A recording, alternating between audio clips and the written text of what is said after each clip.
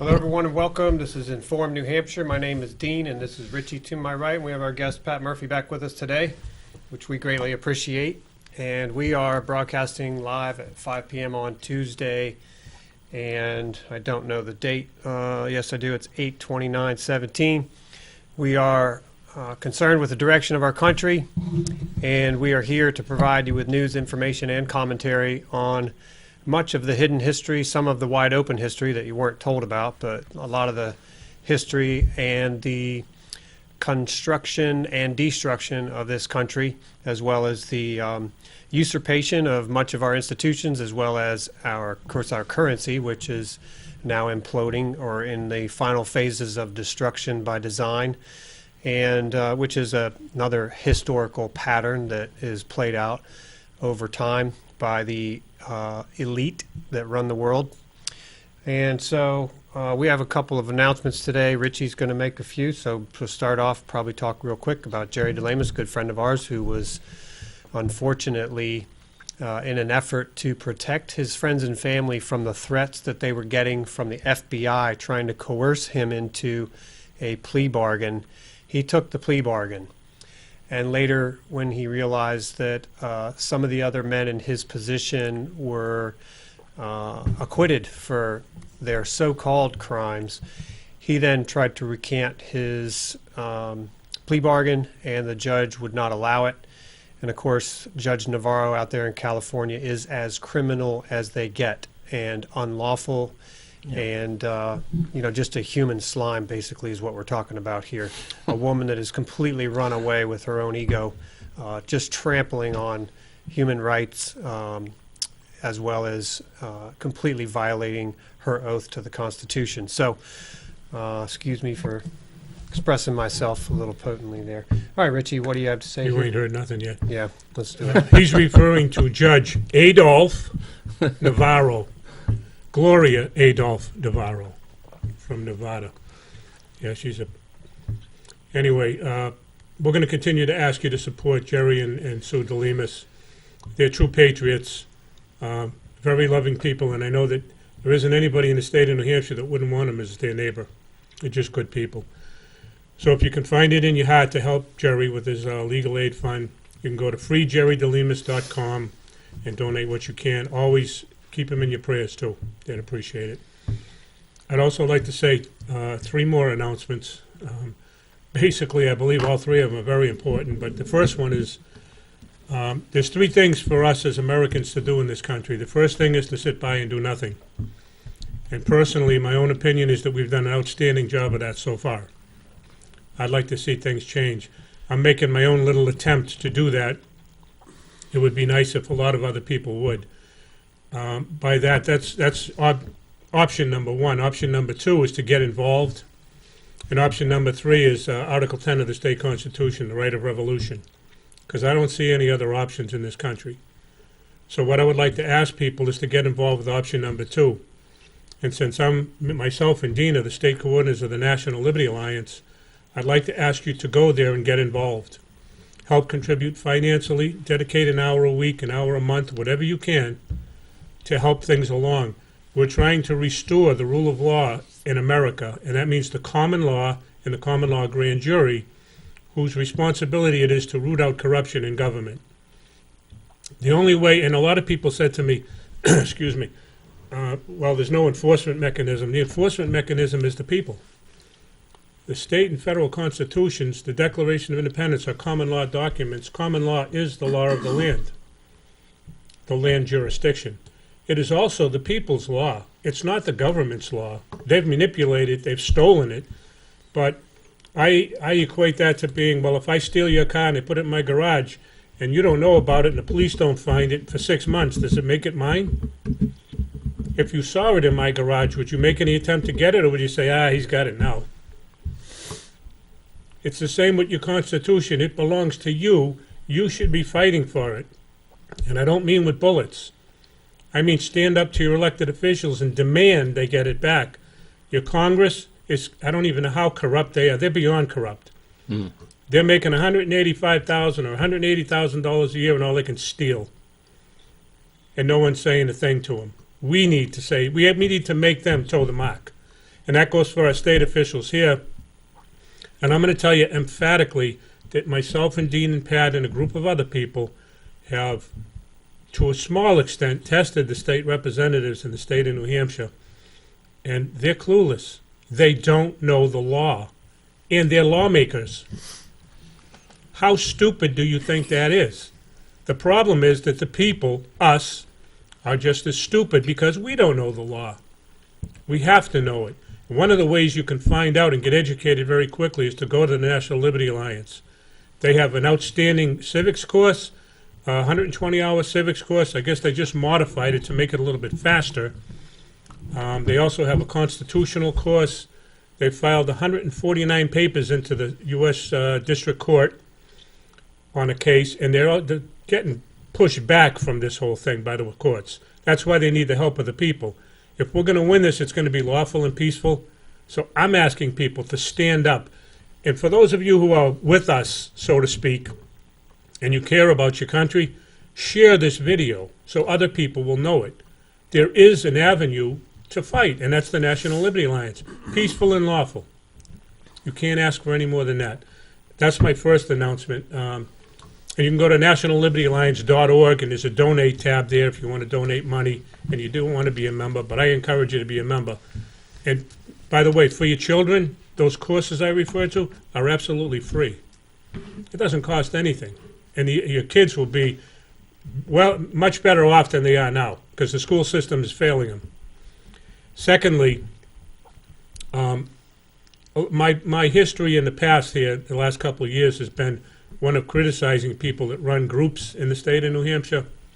And I finally discovered that rather than get angry at people because they're not seeing things my way, which I believe is the right way, I think the only solution to America's problems is the common law grand jury. It will solve 90% of all the problems.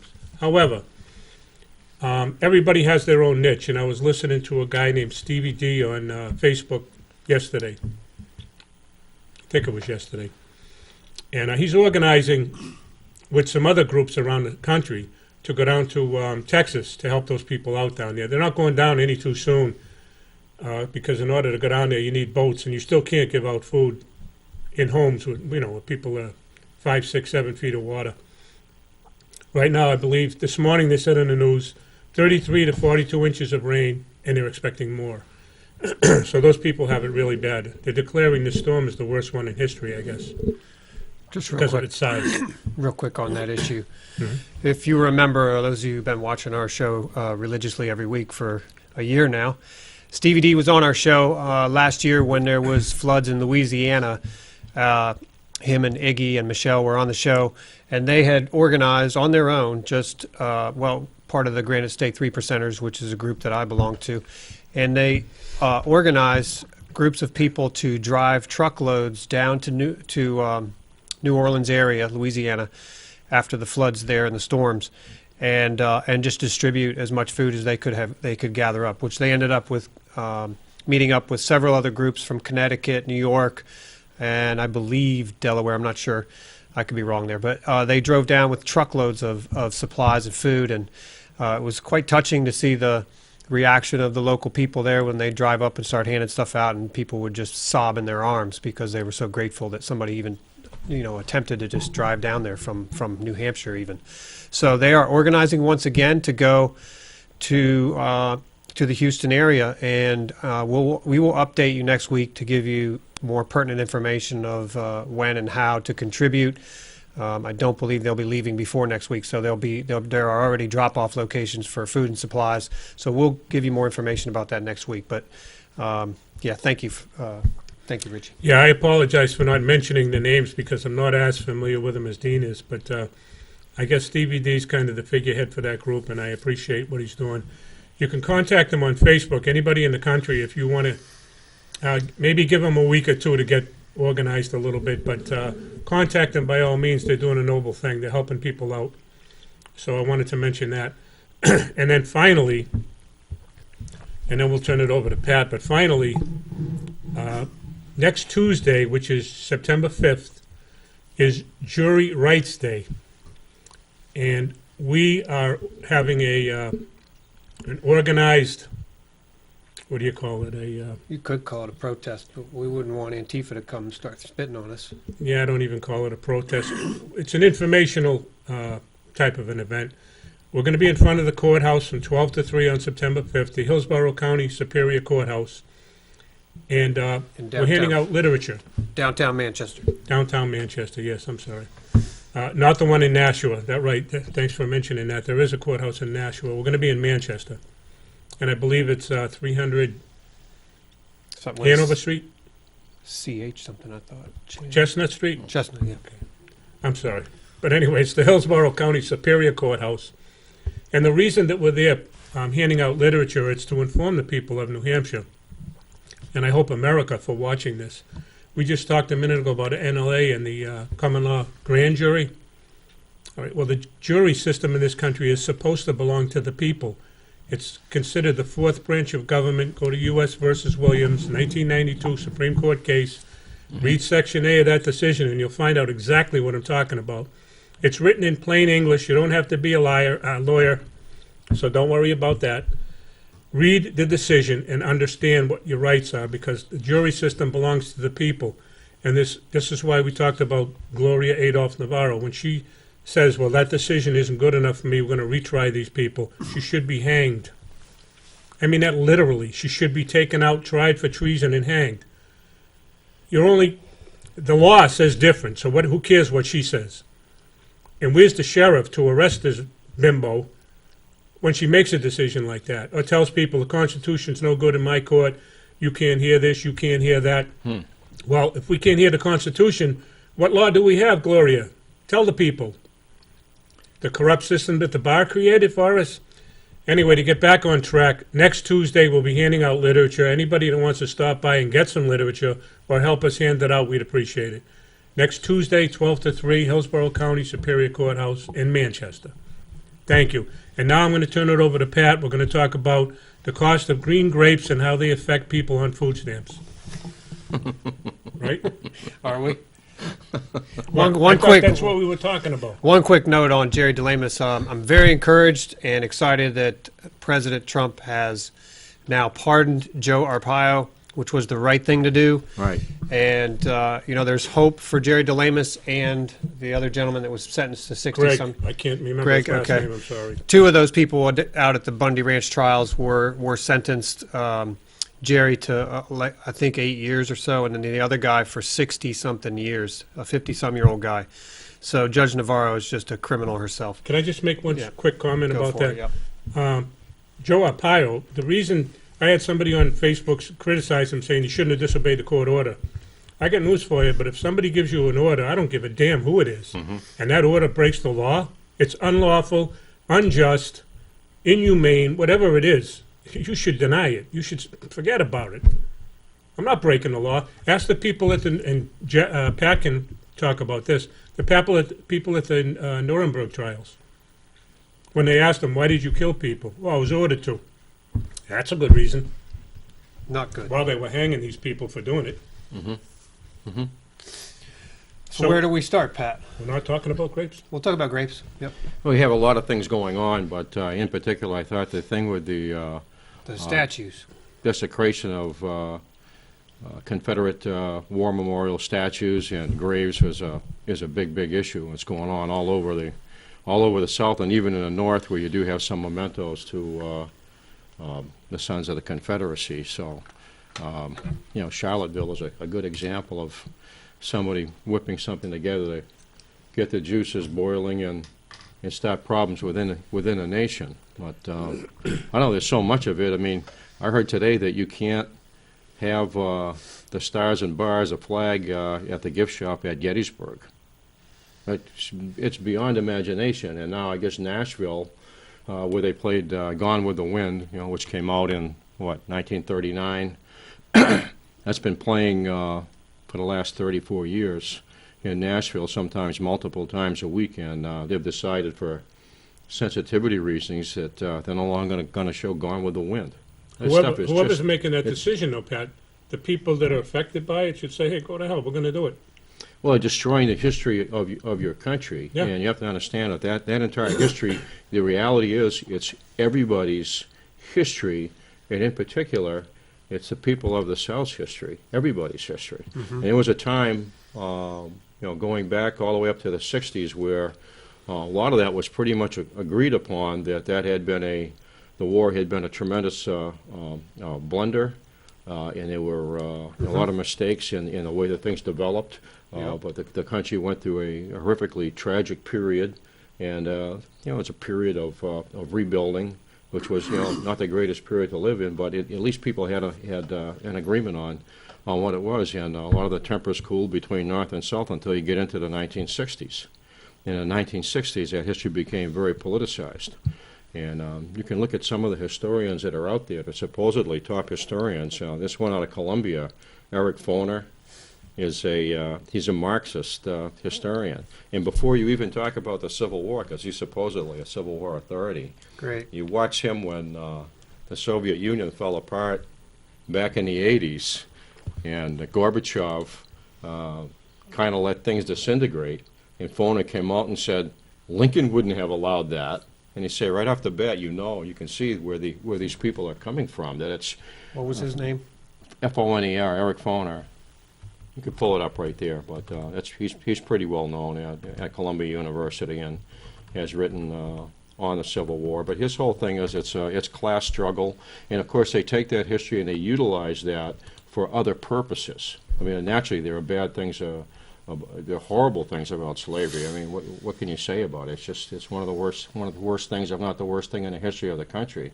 It's terrible. But if you look at his motivation with others, it's not only to teach objectively about what they feel the course of the history was, but to use it as a weapon against the culture in general. In other words, to destroy the culture of the nation. So you saw that, very much in the 60s on.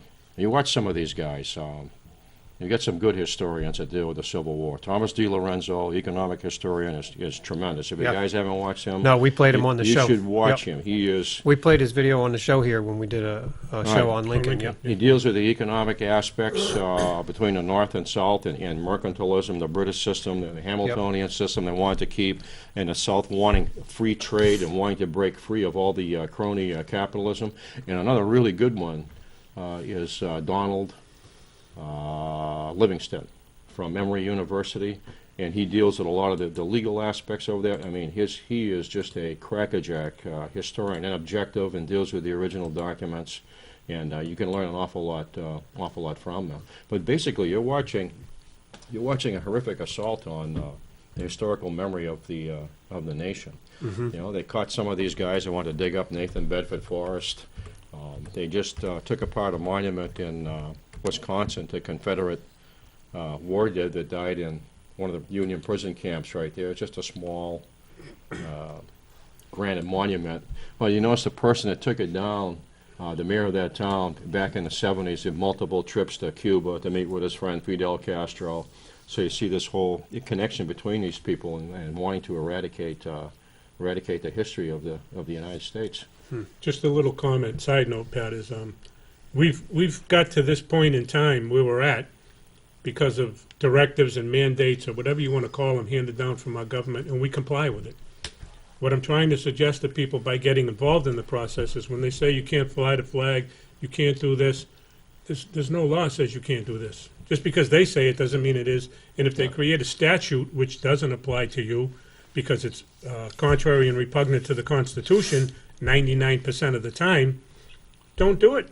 Or I guess the question is, where do you draw the line? This is your country.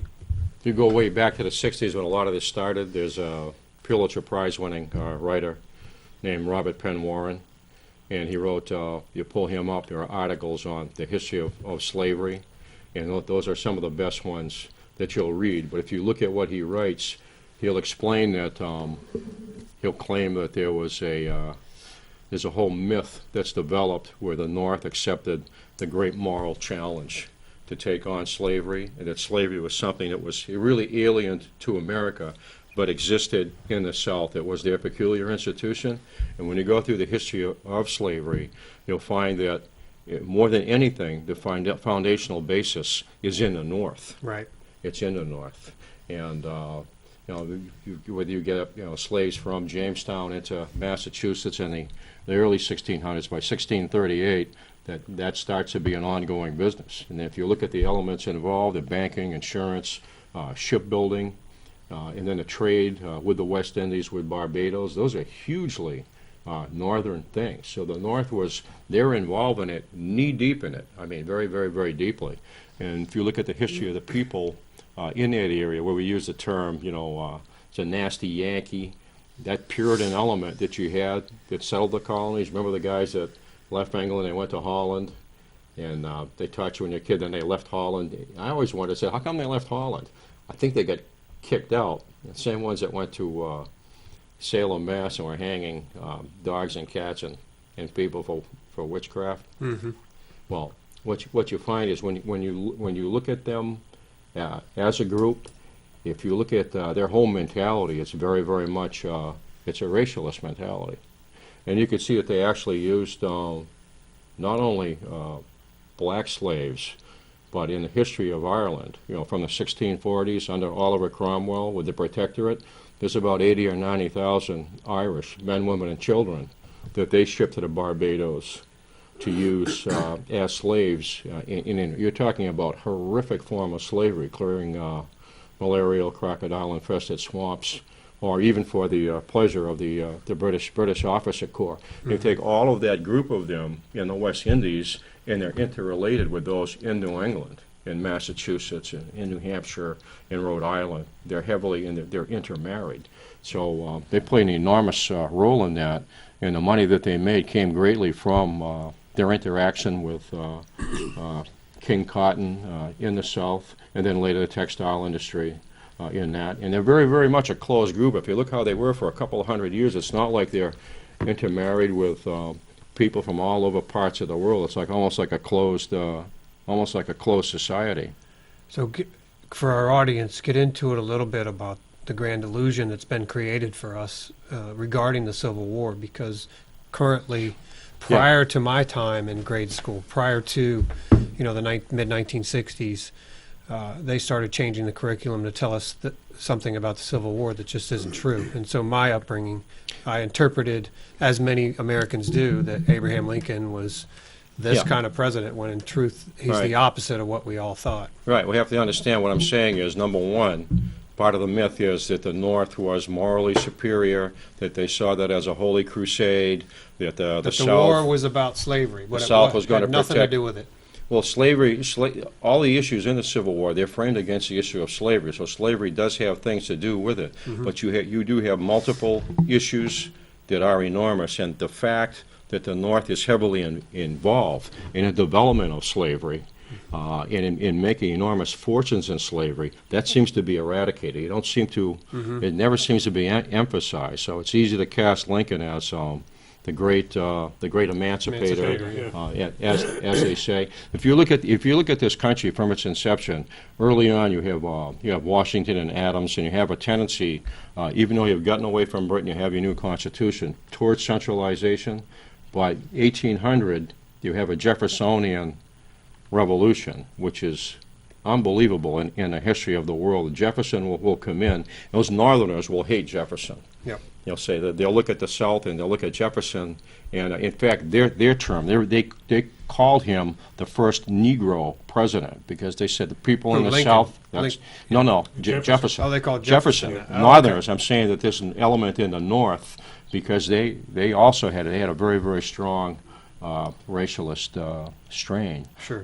They'll look at him and say, because he's surrounded by people that are black, he's surrounded by people that are Spanish, he's surrounded by people that are Native American, this is what he's like. So you see this element of hypocrisy and self-righteousness with that particular group. Jefferson will conduct a revolution against the central government, and he'll reduce taxes to a point where there are no inland taxes in the United States of America. It's never been done in the history of the world before. The government it will shrink under Jefferson. And his view is that things are based on private property, maximum liberty, people governing themselves, and holding the central government in restraints, not letting it explode and begin to dominate people's lives. As the government states. Which Right. is how it was created to be. And the only expenditures you have later on are going to be for the War of 1812 and the Mexican-American War. And what you find is from his Jeffersonian Revolution of 1800 all the way up to the Civil War, in that time period, of course, you see all of that expansion and growth and prosperity. People coming into the country is you find these taxes the government's totally under control. It's not into the red, and these taxes they're almost virtually eliminated. Greatest Never time in anything like that. American history, There's a wasn't it? quantum change. Once Lincoln comes in, there'll be a totally different view of what the country is supposed to be. These two, it's going to be a link. What some historians call Lincolnian Revolution. It's going to be all about central government, as an ally to big business, and as a promoter of public-private partnerships, government largesse. So naturally, they want fiat currency to fund all the different And programs. I understand there was, 3 different periods of fiat currency prior to the Fed? Is that correct? Do you know when those were? I would not go right into all of that right now. That's a little bit that's a little bit lengthy and involved. But Well, the only reason I ask is I'm curious about who fomented this Civil War, because it's not something that happened by accident, if you ask me.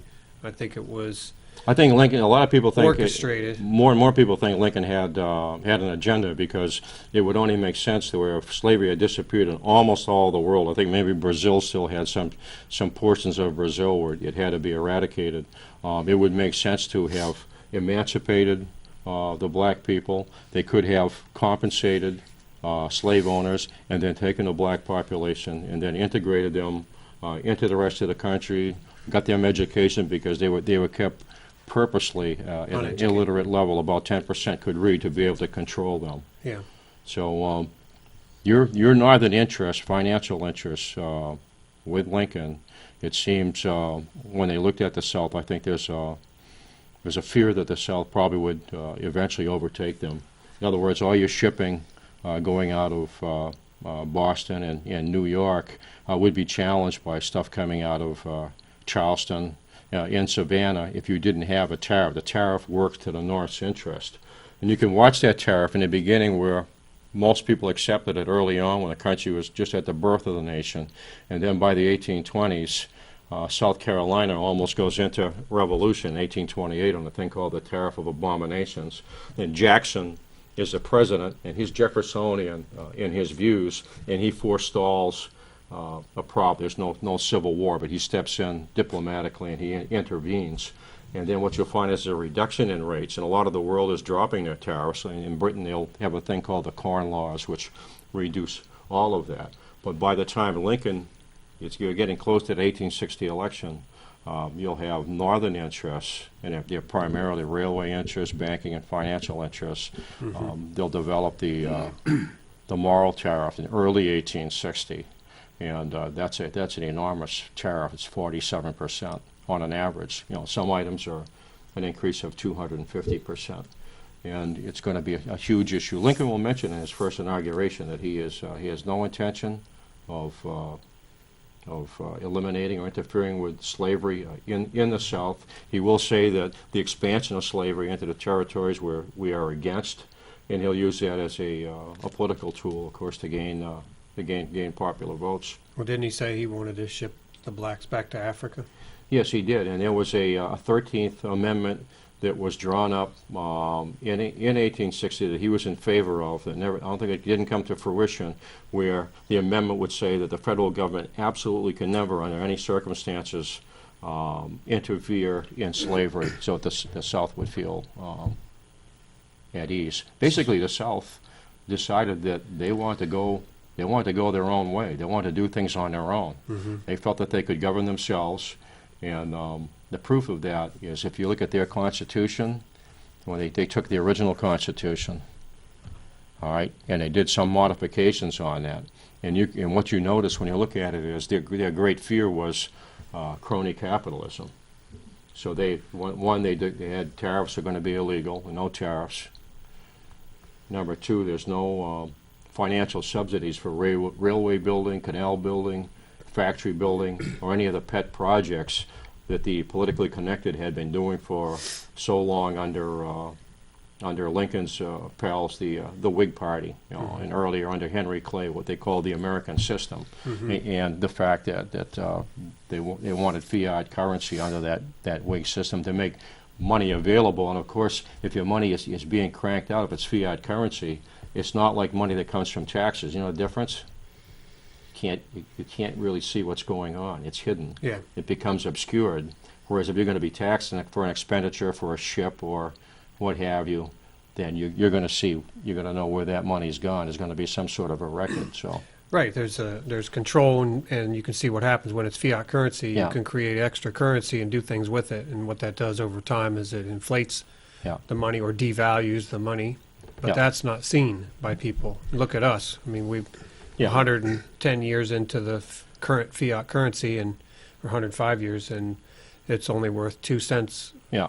98% of the value is gone. So go ahead. Any tax bill that they had, it had to go through both houses, had to be a 2/3 majority to deal with it, and then on any bill that they wanted to push. This is the Southern Constitution. Okay.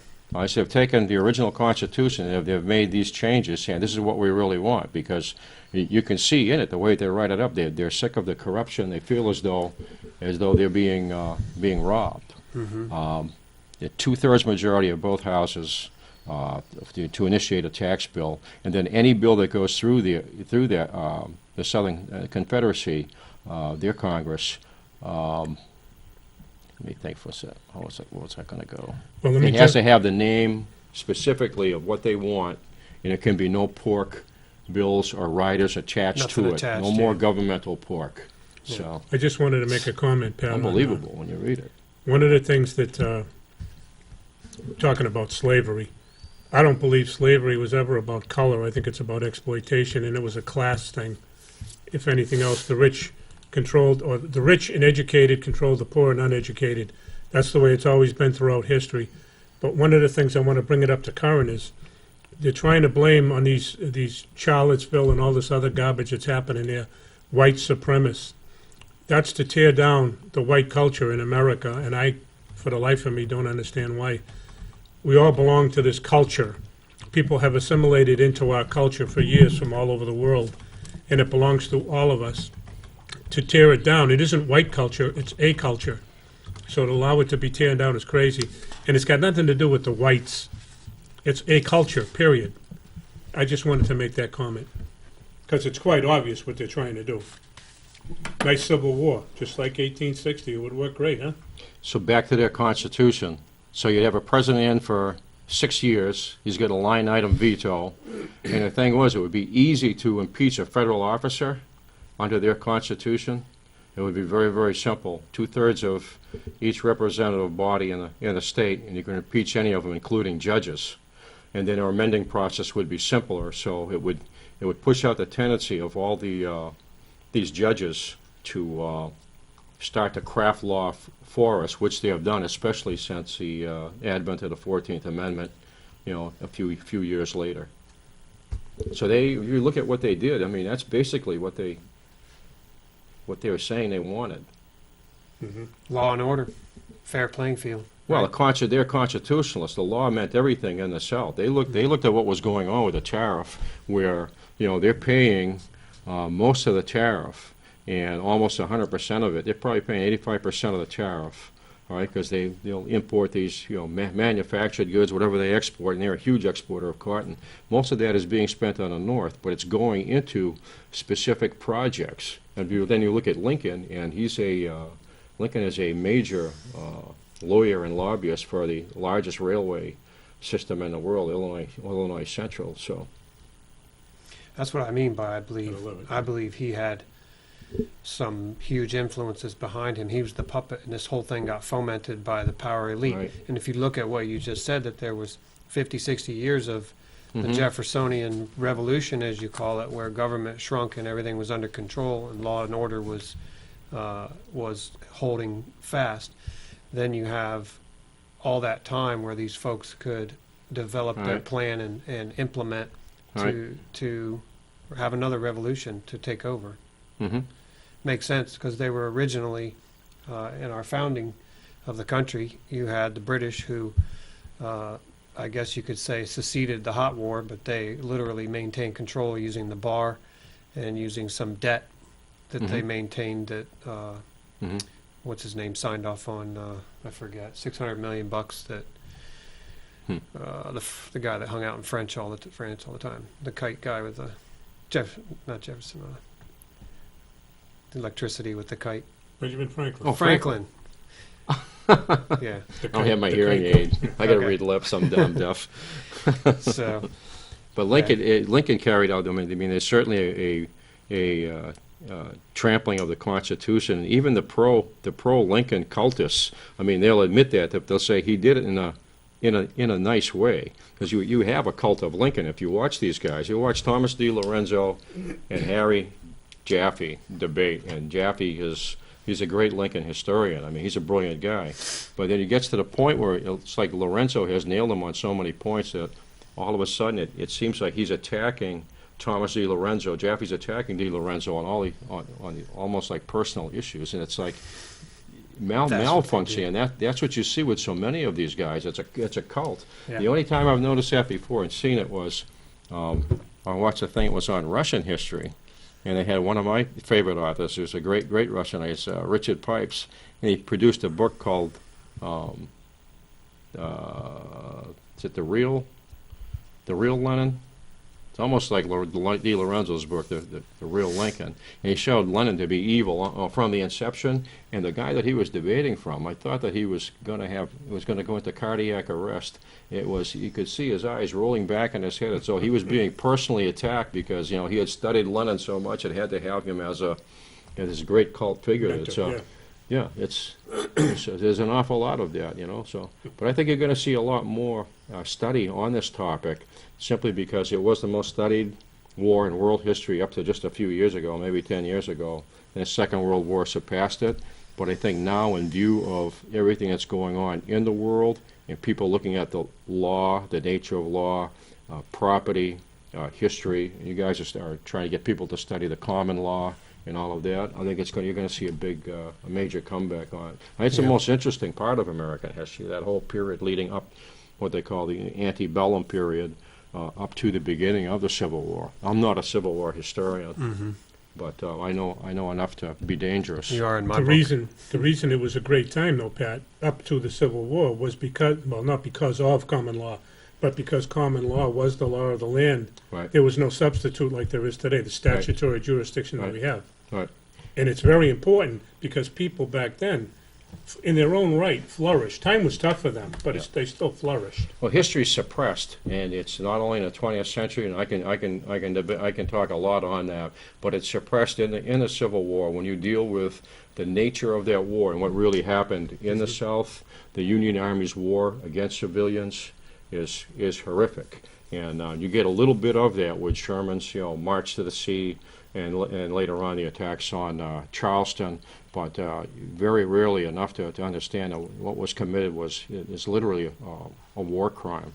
It's seen as a war crime in that time period, and bolstered by the fact that in 1863 you had a thing called the Geneva Conventions that dealt specifically with civilians in their place in a war type situation where they're not injured, they're not harmed, they're not bombarded. And then you have all of that destruction, intentional destruction, Not like you're targeting. killing you're taking everything that you possibly can to eat, and you're burning everything. I mean, from Atlanta into Charleston, South Carolina, where they were really going to do some damage. Every single town, every house was burned, and there's nothing left there. They made sure they were going to make South Carolina really suffer. They're seen as the hotbed of rebellion when the war started. And what a lot of people don't realize too is you had a lot of states that actively, it's like Virginia, voted against secession. As the Deep South left the Union, Virginia had a convention. They voted against it. Then at that point, Lincoln calls for unconstitutionally, outside of Congress, an army of 75,000 volunteers to invade South Carolina and to go through Virginia and to go through Tennessee. And this is what Robert E. Lee was saying when he refused command of the Union Army, saying, I'm not for secession, but you're telling me you're going to invade and go right through my native home? He said, I don't think so. And then at that point, you'll start to see these other states hop in. So bring that forward a little bit, because when we started out, we were talking about the memorials to that time period and the modern day vilification of these statues as though they are some sort of a threat to somebody, such that the governing officials in looking at the span of 150 years are deciding within a few weeks' time that they all of a sudden have to tear down these monuments so somebody won't be offended.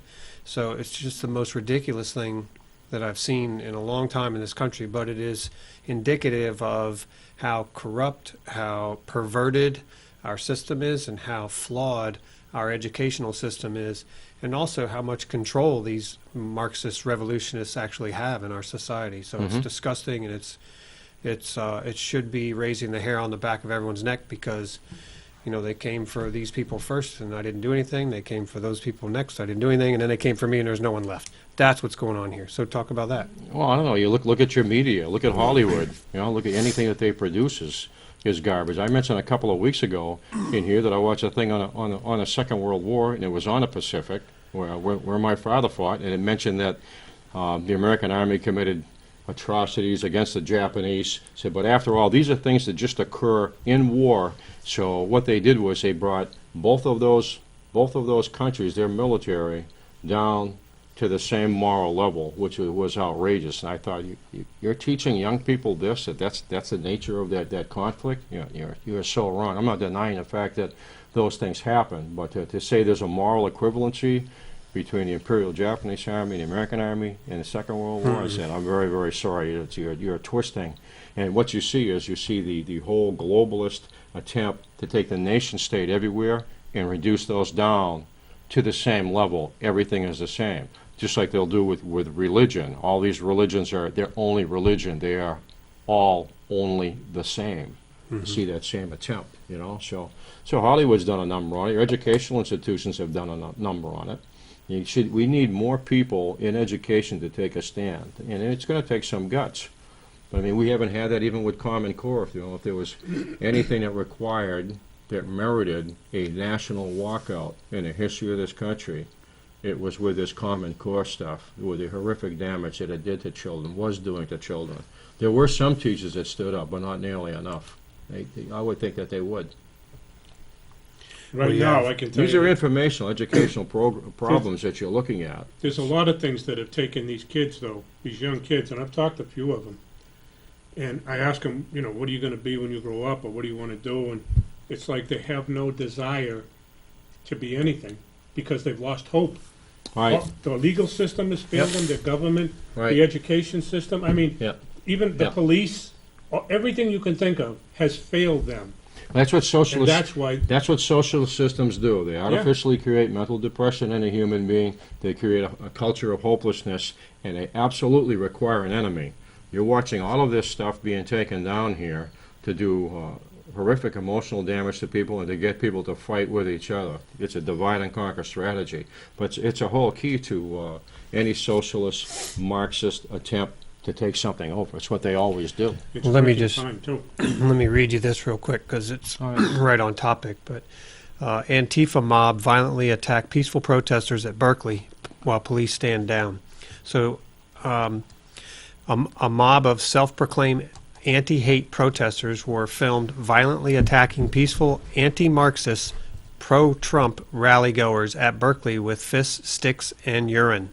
Right-wingers had organized a No to Marxism in America rally at the Martin Luther King Civic Center Park for Sunday. Giant hordes of violent Antifa showed up and proceeded to beat Trump supporters and anti-Marxists of all backgrounds while police stood down. Wow, So again, these guys are being paid, and so America needs to wake up. Everything's being staged. So the Antifa people are being funded by the George Soroses of the world, who are putting in their NGOs to run these things and to pay these guys $25 an hour to create riots and to their intention is to foment civil war. So if it gets you fired up, that's good. It should. But we got to keep it under perspective. Is that this is a small group of paid protesters that are violently attempting to start trouble in our country, and they're doing a pretty damn good job of it. But this is the same. I almost used profanity. This is the same thing that happened in the Arab Spring countries, where the international banking cartel, the same money funders, took down publicly elected governments over there in the Middle East. I think 6 of them, and then there were 5 of them, but they got stopped in Syria. Thank God to our Pentagon waking up and telling Obama, no, we're not going to fund your war against because we were literally funding Al Qaeda and ISIS. But anyway. So the whole thing that's happening here is the same type of takeover, right, destruction of our government, our country, and it's all done through manipulation in the mainstream media of we the people, and fomenting civil war. They're attempting it with Black Lives Matter against the police. Now they're attempting it with Antifa against Trump supporters. Same people operating with the same agenda. I also heard, though, on that, Dean, and I don't know how true it is, but it's BS that the cops were standing by. They were actively involved in stopping what was going on, is what I heard. Good. Now, hope so. I don't know, yeah. How true that is, but I find it hard to believe that a cop's going to stand by, any cop, and watch these people kill one another. No, especially where these guys are claiming they're planning to do injury to policemen across the nation, and they're planning to do that. To me, you're going to destabilize society. It's an act of treason. They should be treated. People are planning. They should be treated as traitors. But Pat, I said this before on the show too. The government is what is putting these cops at risk.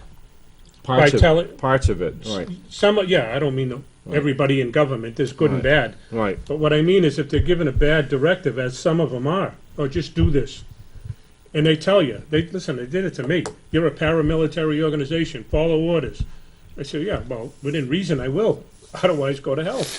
Mm-hmm. I didn't do it. Mm-hmm. And I don't care who knows. They could say, oh, you're a radical, you're a troublemaker, you're a this, you're a that. No, I'm a guy that thinks. I use my head. I told them to go to hell. They suspended me. They fired me. I don't care. Yeah. Life goes on. I got to look in the mirror. I got to live with myself. Other people should do the same. You got to think. Well, that's it. You get into these systems, and people are afraid for their jobs, and socialist systems especially will drive that home. That if you step outside of what they want you to do, then you're penalized. You're penalized economically. You go back to the Russian Revolution once again, and you look at either Lenin or you look at Trotsky, and what they'll say is, people need to understand that a new system of control is going to be economic more than anything. Then you look as that system comes into play, what are the penalties for somebody that bucks the system? Well, if you didn't go to the gulag, or you're not given a 9-gram solution, a bullet in the head, then your job, that's what they call it, then your job is going to be gone, and you cannot receive any assistance from anybody. You're absolutely, totally cut off, completely cut off.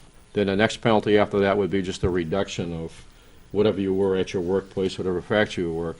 And the last thing would be to simply make you move from one town, wherever that was, to another. But it's a whole system to economically control people based on what you say. You could be in one of those factories back then in the 30s and say, I think these Russian radios really suck, and it's called terrorist intent. They use that word. Paper terrorist, yeah, any name Absolutely. you want to make up, yeah. You're watching the same thing now. I mean, these universities with language, because they're trying to control, they're warping reality, and they're forcing people to use the language that they're crafting. Then you have a tremendous professor like Jordan Peterson, who, to me, I think he ranks as one of the great intellectuals of all time. The From guy is Canada? a brilliant professor, and you watch him come out and stand up for free speech, and you're going to get 200 of his fellow colleagues that condemn him for that. I said, there's your problem. It's What's his name? Jordan Peterson. He's from Canada, I isn't think he? Google cut him off for a while, but he may be back. But any of you people, young college students, if you watch that, that's a guy that you want to listen to. And hopefully, if you get a professor that's a tenth as good as him, you're a lucky person, I'm going to tell you. He's a psychologist and a historian. He deals with dictatorship. And he deals with language. He's a very, very sharp guy. And he's a gutsy guy. Gutsy. In terms of threatening you with the job, though, Pat, have you ever switched jobs in your life? Yeah. Have you, Dean? Mm-hmm. So have I. We've all survived it, and everybody listening out there probably has too. It's not the end of the world if you lose your job. Get another one. I don't care what they promise you. That's a what your major pension impediment. is. That's a major impediment for people. A lot are afraid to speak up. It's interesting that one of the comments you just made is when they're controlling what you can earn and can't earn. You also said that they'll control that nobody can give anything to you, That's right. and that was evidenced by what was the Right. hurricane in New Right. Jersey Right. over guess there on so. the shore. Do you remember Yeah. that hurricane? I don't remember They the literally name of it. they literally cordoned it off. It's Yeah. like 5 years ago, and they wouldn't allow people in there that had supplies that wanted to support the citizenry. Right. And I didn't see that happen in Louisiana, but it was a much more widespread geographical area that probably couldn't have been controlled. But it'll be real interesting to see what happens here with the Houston situation afterwards. Although now it's Trump involved, it's a whole different dynamic. Even the way that everybody is jumping in to help out it's being run entirely different than what you saw with Bush, Obama, Right. and, Right. and All right. so, there's hope for these people down there but Yeah. there's also a lot of talk right now, and I don't know if I should bring this up, but we had the technology back in the 70s to steer hurricanes. Now we have the technologies to create them and steer them and control them. And if you look at that hurricane, it literally started in the Gulf of Mexico, and it built up, and then it moved over to Houston, and it's just basically sitting around crushing them with water. The largest storm in So- history, yeah. So there is a lot of talk right now from those who have studied the weather modification, weather warfare, Harp. the HARP system that Yeah. controls a lot of that. And the question is being asked, because we have that technology, why weren't they out there seeding those clouds while it was over the Yeah. Gulf of Mexico, so that it dropped most I of its think so. rain prior to coming to land? So there's a lot going on here. And the mayor of Houston literally threatened people to, or what I read, is that he threatened people to not to not leave the town or something. I can't remember what, but he was. Yeah, he's Not using the word shelter in place. Yeah, Right. and there were elected officials in the communities down there that knew what was coming and did not warn their people to get out. Now, unfortunately, there are a number of people that live in those urban environments that are they're surviving on government handouts, and they literally look to the government for their answers on what to do and not do. Me personally, had I known there was 30 inches or more of rain coming to Houston and I was in Houston, I wouldn't be hanging out there to see how bad it got. Right. Anyway, I diverted the subject Okay. a bit. That's all right. The job of the government is to protect its people.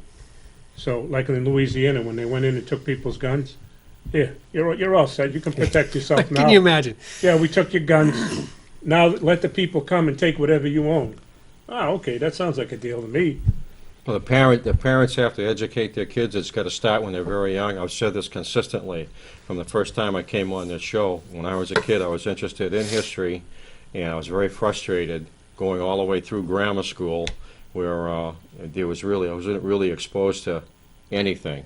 And then in high school, we're going to cover this. And it's like you barely learn anything, and here's the imprimatur. You covered it sufficiently, and you really don't learn anything, And part of the problem is it's generational now. You have teachers that, they've gone through the system, and they haven't been adequately prepared a lot.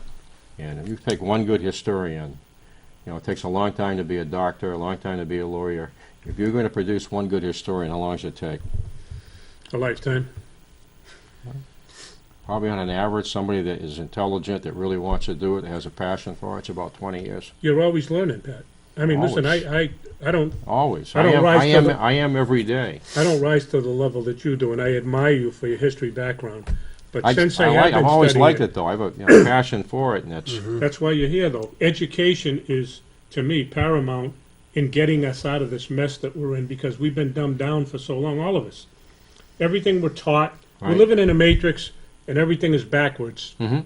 And Yeah. and the reality is, when you sit there and you discover this, you say, damn, they did this to me? They turned things around on me, and I was stupid enough and ignorant and lazy enough to fall for this? And then when you find out, wait a minute, this is what's happening, Yeah. you do get angry. But, like I can speak for Dean and Pat, we want to do something constructive and positive to wake other people up and let them know that what's being done to you is totally wrong. You're supposed to be the sovereign in this country Mhm. under common law. Right. Common law is the law of the land. It was never repealed. It was stolen from you, but it was never repealed. It's incumbent upon us to fight for it, You got, peacefully and lawfully. you got about 3 minutes, Richie. Did you want to announce Yeah, something? let me just say this real quick. I wanted to mention again briefly, if you want to donate to the people surviving down in Texas, see Stevie D on Facebook. You can find him anywhere. Stevie D3, I think, is the correct one. He's a 3%er. Great guy, and he'll do the right thing for people as far as helping them out. He's in the planning stages. The other thing is next Tuesday, Hillsborough County Superior Court, we're going to be there from 12 to 3 handing out literature, because the courts belong to the people. Even though they've usurped them and stolen them from us, the bar, we want to take them back peacefully and lawfully. So please be there for a peaceful demonstration and handing out. We're trying to educate people. That's all we're trying to do. I just say that anybody that's interested in that Civil War, studying the Civil War, Don Livingston from Emory University and Thomas D. Lorenzo, I think he's at Loyola.